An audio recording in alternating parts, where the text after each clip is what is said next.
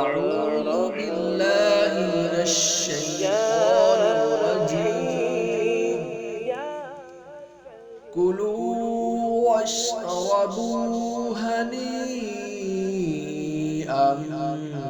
بما كنتم تعملون.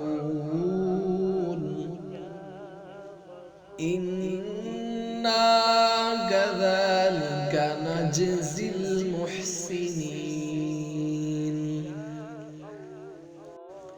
ان دو آیات کریمہ کو پڑھ کر اپنے ہاتھ پر دم کر کے اسے پیٹ پر پھیرے اور کھانے وغیرہ پر دم کر کے کھانا کھایا کرے.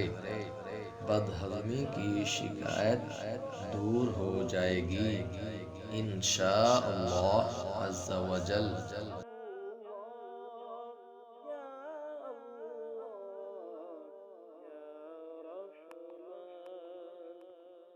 یا اللہ